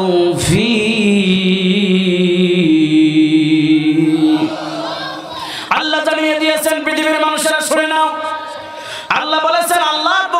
শরীয়ত নির্ধারণ করে দেওয়া হয়েছে, যেই শরীয়তের মধ্যে কেউ চুল পরিমাণ ঢুকাইতেও পারবে না, আবার চুল পরিমাণ সেখান থেকে বাদ দিতেও পারবে না। মুসলমান হতে গেলে ওই শরীয়তকে মানার দরকার আছে না নাই? আর আজকে বাংলাদেশের অনেক মুসলমান বলে শরীয়ত আইন নাকি তারা বোঝে না, মানে না। কথা বলেন ঠিক কিনা? এরা কি মুসলমান? কখনো তারা মুসলমান নয় যারা শরীয়ত বোঝে না। মুসলমান দাবি করবে শরীয়ত বুঝবে না, এরাই হচ্ছে বাংলাদেশের সবচাইতে টাটকা বুঝে হেলার অভ্যাস। কথা বলেন ঠিক কিনা? প্রিয় ভাইরা আমার, আল্লাহ তাআলা বলেছে শরীয়ত আল্লাহর পক্ষ থেকে নির্ধারিত, কেউ কেন কোনো মাতব্বরি করতে পারবে না। যেই শরীয়তের বিধান আল্লাহ দিয়েছেন নূহ আলাইহিস সালামকে, যে একই শরীয়তের বিধান আল্লাহ দিয়েছেন ইব্রাহিম আলাইহিস সালামকে, মূসা আলাইহিস সালামকে, ঈসা আলাইহিস সালামকে, আল্লাহ তাআলা বলেছেন ইয়া রাসূলুল্লাহ ওই বিধান আপনাকে ওহী করে দেওয়া হয়েছে। কাজটা হচ্ছে আন আকিমুদ্দিন ওয়ালা তাতাফাররাকু ফি, আল্লাহর জমিনে আল্লাহর দ্বীন প্রতিষ্ঠিত করো, এই জায়গায় খবরদার তোমরা দলাদলি করো না। চিৎকার দিয়ে বলেন সুবহানাল্লাহ। আল্লাহ নিষেধ করেছেন আল্লাহর দ্বীন মানতে গিয়ে কোনো প্রকার দলাদলি করা যাবে। সবাই খেলে ওই দিকে তাকান, কে আমার দিকে তাকান না। আল্লাহ নিষেধ করেছেন আল্লাহর আইন মানার ব্যাপারে কোনো প্রকার দলাদলি চলবে? কথা বলেন চলবে? অথচ এই জায়গায় আজকে সব চাইতে দলাদলি বেশি। বাংলাদেশের মধ্যে ৭২টার উপরে দল, অধিকাংশ দলদের কর্মসূচি হচ্ছে বাংলার জমিনে কিভাবে মানুষের তৈরি করা আইনকে প্রতিষ্ঠিত করা যায়। কথা বলেন ঠিক কিনা? অথচ রাসূল সাল্লাল্লাহু আলাইহি সাল্লাম শিখিয়ে গেছেন, দীর্ঘ ১৭টা বছর মানবতার কল্যাণের জন্য কাজ করেছেন, মানুষকে মুক্তির জন্য আহ্বান জানিয়েছেন। কিন্তু ১৭ বছর বয়সে তিনি দেখলেন অন্যায় বন্ধ করা যাচ্ছে না, একা একাই মনে হয় হবে না। এই জন্য তিনি ১৭ বছর বয়সে দল গঠন করলেন, নাম দিলেন হিলফুল ফুজুল। চিৎকার দিয়ে বলেন সুবহানাল্লাহ। এই উম্মতে মুহাম্মাদীর জন্য সর্বপ্রথম দল গঠন করেছেন রাসূলুল্লাহ সাল্লাল্লাহু আলাইহি সাল্লাম। আর সেই দলের কর্মসূচি ছিল আল্লাহর জমিনে কিভাবে অন্যায়কে বন্ধ করা যায়, এটাই ছিল রাসূলের দলের কর্মসূচি। অথচ সেই রাসূলের উম্মত বলে দাবি করে কিন্তু অন্যায় প্রতিষ্ঠিত করার কাজের সাথে সম্পৃক্ত থাকে। কথা বলেন ঠিক কিনা? আওয়াজ দিয়ে বলেন ঠিক কিনা? প্রিয় ভাইরা আমার, অথচ মৃত্যুবরণ করলে এই দোয়া পড়ে কবরে ঢুকাইয়া দেওয়া হয় বিসমিল্লাহি ওয়ালা মিল্লাতি রাসূলিল্লাহ। এই দোয়ার অর্থ হলো আল্লাহর নামে রাসূলের দলে তুলে দিলাম। আল্লাহর নামে রাসূলের দলে কাক তুলে দিলেন? যে ব্যক্তি সারা জীবন রাসূলের দলের বিরোধিতা করত, যে ব্যক্তি সারা জীবন রাসূলের দলের কথা শুনলে তার কলজে পর্যন্ত আগুন লেগে যেত, আপনি তাকে ধরে নিয়ে গিয়ে কবরের মধ্যে বিসমিল্লাহি ওয়ালা মিল্লাতি রাসূলিল্লাহ একজন দুইজন নয় ১০০০ হুজুর ডাকেও যদি দোয়া পড়েন, দোয়া কি কবুল হবে? ও মুসলমান কথা বলেন, কবুল হবে? কারণ যদি মৃত্যুবরণ করলে রাসূলের দলে যাওয়া লাগে, তা বেঁচে থাকতে রাসূলের দল করলে সমস্যা কি? কথা বলেন ঠিক কিনা? কথা বলেন ঠিক কিনা? আর সেই রাসূলের দল যারা করবে তাদের জন্য কর্মসূচি হচ্ছে জমিন আল্লাহ, এই জমিনে আইনটাও চলবে কার? সবাই জোরে বলেন কার? আমাদের হাতের ক্ষমতা থাকবে কার পক্ষে? কোরআনের পক্ষে। কার পক্ষে? কোরআনের পক্ষে। সম্মানিত ভাইরা আমার, এই জন্য আল্লাহ তাআলা আমাদেরকে কর্মসূচি দিয়ে দিয়েছেন। আল্লাহ তাআলা বলেছেন তোমাদের এই ৩টা কর্মসূচি যারা পালন করতে পারবে, আল্লাহর প্রতি পরিপূর্ণ ঈমান আনবে, রাসূলের প্রতি পরিপূর্ণ ঈমান আনবে, মাল এবং জান দিয়ে আল্লাহর বিধান প্রতিষ্ঠার জন্য চেষ্টা করতে পারবে, আল্লাহ তাদেরকে 3টা পুরস্কার দিবেন। 1 নম্বর জাহান্নাম থেকে মুক্ত করবেন, 2 নম্বর জীবনের গুনার খাতা maaf করবেন, 3 নম্বর এমন এক জান্নাতে প্রবেশ করাবেন যেই জান্নাতের নিচ দিয়া ঝর্ণা প্রবাহিত। চিৎকার দিয়ে বলেন সুবহানাল্লাহ। সেই জান্নাত চাই কি চাই না? সবাই জোরে বলেন চাই কি চাই না? যদি জান্নাত চাই তাহলে আমার চেষ্টা সাধনা সংগ্রাম হবে কার পক্ষে? জোরে বলেন কার পক্ষে? এটাই আজকের মাহফিলের কঠিন সিদ্ধান্ত। আমাদের জীবন বাঁচবে যতদিন আল্লাহর আইনের পক্ষে থাকবো ততদিন। কথা বলেন ঠিক না বেঠিক? প্রিয় ভাইরা আমার, এরপরে আমি একেবারে শেষের দিকে চলে এসেছি। আল্লাহ রাব্বুল আলামিন আমাদেরকে গুনাহ মুক্ত থাকার জন্য আল্লাহর পক্ষ থেকে আরেকটা শর্ত দেওয়া হয়েছে। 3টা কাজের মধ্যে 3 নাম্বার কাজ হচ্ছে আল্লাহ তাআলা বলেছেন ওয়া আমিলা আমালান সলিহা, আল্লাহ তাআলা বলেছেন যে নেক কাজের মধ্য দিয়ে জীবন পরিচালনা করতে হবে। যতদিন আপনি বাঁচবেন সৎ কাজ করবেন, নেক কাজ করবেন, যদি করতে পারেন তাহলে এই আমলেই আল্লাহ আপনার জীবনের গুনাহ মাফ করে গুনাহগুলোকে নেকিতে পরিবর্তন করে দিবেন। চিৎকার দিয়ে বলেন সুবহানাল্লাহ। সম্মানিত ভাইরা আমার, আল্লাহ রাব্বুল আলামিন আমাদেরকে দুনিয়ার জমিনে তৈরি করেছেন। আমি শুরুতেই যেই কথা দিয়ে শুরু করেছিলাম, আল্লাহ দুইটা উদ্দেশ্য দিয়ে তৈরি করেছেন। এক নম্বর উদ্দেশ্য হচ্ছে আল্লাহর বিধান প্রতিষ্ঠিত করার দায়িত্ব, খিলাফতের দায়িত্ব। আল্লাহ আমাদেরকে খলিফা হিসেবে দুনিয়ার জমিনে তৈরি করেছেন। আর দুই নম্বর কাজটা হচ্ছে আল্লাহ তৈরি করেছেন আমাদেরকে আল্লাহর ইবাদত করার জন্য। এই দুইটা উদ্দেশ্যকে সমন্বয় করে আপনি যদি জীবন পরিচালনা করতে পারেন তাহলে আপনার জীবনটা ধন্য হবে, আপনার জীবনটা পরকালীন মুক্তির পথে জীবন পরিচালিত হবে। আপনি ঘুম থেকে ওঠার পরে আবার ঘুমানো পর্যন্ত যতগুলো কাজ করবেন, এই প্রত্যেকটা কাজ যদি আল্লাহকে ভয় করে করতে পারেন আর রাসূলের তরিকা অনুযায়ী করতে পারেন তাহলে প্রত্যেকটা কাজ আল্লাহ রাব্বুল আলামিন আপনার আমলনামায় নেকিতে পরিবর্তন করে দিবেন। জোরে বলেন সুবহানাল্লাহ। এই জন্য ভয় থাকতে হবে আল্লাহর। যদি কোনো মুসলমান আল্লাহকে ভয় করে জীবন পরিচালনা করে তাহলে তার জীবনে কি গুনাহ হবে? কথা বলেন, গুনাহ হতে পারে? আসলে দুঃখজনক বিষয় হচ্ছে এইটা, আমরা আল্লাহর ইবাদত মাঝে মাঝে করি আর মাঝে মাঝে শয়তানের ইবাদত করি। কথা বলেন ঠিক কিনা? যদি কেউ আল্লাহর দলে আছে তাহলে বিনা শর্তে আছে, আর যদি কেউ আল্লাহর দলে নাই, আল্লাহর হুকুমে নাই, তাহলে বিনা দলিলে সে শয়তানের পক্ষে আছে। কথা বলেন ঠিক কিনা? এটার জন্য আর কোনো দলিল লাগবে না। আপনি ভালো নিজেকে দাবি করবেন, মুসলমান বলে দাবি করবেন, আর আপনি আল্লাহর পক্ষে না থেকে শয়তানের পক্ষে থাকবেন, আর আল্লাহর কাছে আপনি জান্নাত চাইলে পাবেন। বিষয়টা এরকম নয়। কথা বলেন ঠিক কিনা? আল্লাহর জান্নাতে যেতে গেলে আপনাকে সর্ব অবস্থায় ভয় করতে হবে। কাকে? সবাই জোরে বলেন, কাকে?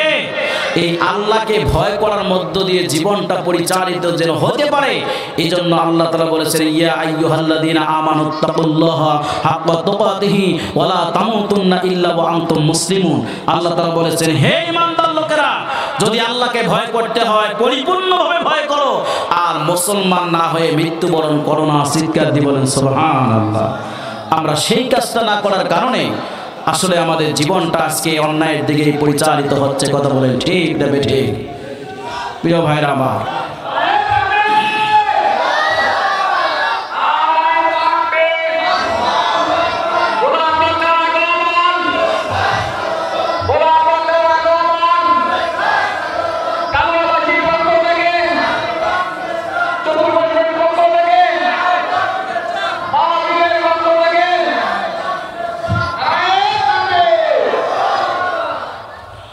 আলহামদুলিল্লাহ, সবাই বলি আলহামদুলিল্লাহ। আমাদের প্রধান আলোচক মহোদয় অত্যন্ত কষ্ট করে আমাদের মাঝে উপস্থিত হয়েছেন, তিনি আমাদের মঞ্চে চলে এসেছেন। আমি আপনাদের এই এলাকার সন্তান বললে চলে। আমার বাসা হলখানা ইউনিয়নে, কুড়িগ্রাম সদরে আমি মানুষ। আমরা বিভিন্ন সময় আপনাদের সামনে কথা বলার সুযোগ আল্লাহ তাআলা আমাদেরকে করে দেবেন। এই জন্য প্রধান আলোচক যেহেতু এসেছে, আমি আর আমার আলোচনা লম্বা করতে চাই না। সর্বশেষ আপনাদের কাছে এই অনুরোধ রেখে আমি শেষ করতে চাই। তাহলে গুনাহ থেকে মুক্ত হওয়ার জন্য তিনটা কাজের কথা আল্লাহ তাআলা বলেছেন। এক হচ্ছে তওবা করা, দুই নম্বর ঈমান পরিপূর্ণ আনা, তিন নম্বর হচ্ছে আমলে সলেহ করা। এই তিনটা কাজ যারা করতে পারবে আল্লাহ তাআলা তাদের জীবনের গুনাহগুলোকে মাফ করে দিয়ে গুনাহগুলোকে নেকিতে পরিবর্তন করে দেবেন। চিৎকার দিয়ে বলেন সুবহানাল্লাহ। সম্মানিত ভাইরা আমার, সর্বশেষ এই আবেদন রেখে আমি শেষ করছি। আমাদের জীবন যতদিন বাঁচবে আর আমরা মানুষের তৈরি করা আইনের পক্ষে যাব না, ইসলামের পক্ষে, কোরআনের পক্ষে। আগামীর বাংলাদেশ কোরআনের বাংলাদেশ বানার জন্য, আগামীর বাংলাদেশ ইসলামের বাংলাদেশ বানার জন্য যত কষ্টই হোক না কেন আমরা ইসলামের পক্ষে থাকবো। কথা বলেন ঠিক না বেঠিক? আল্লাহ যেন আমাদের কবুল করেন, আল্লাহ যেন ইসলামের পক্ষে টিকে থাকার তৌফিক দান করেন। এই কথা বলে আমি আমার কথা শেষ করছি। ওমা তৌফিক ইল্লা বিল্লাহ। আসসালামু আলাইকুম ওয়া রাহমাতুল্লাহ।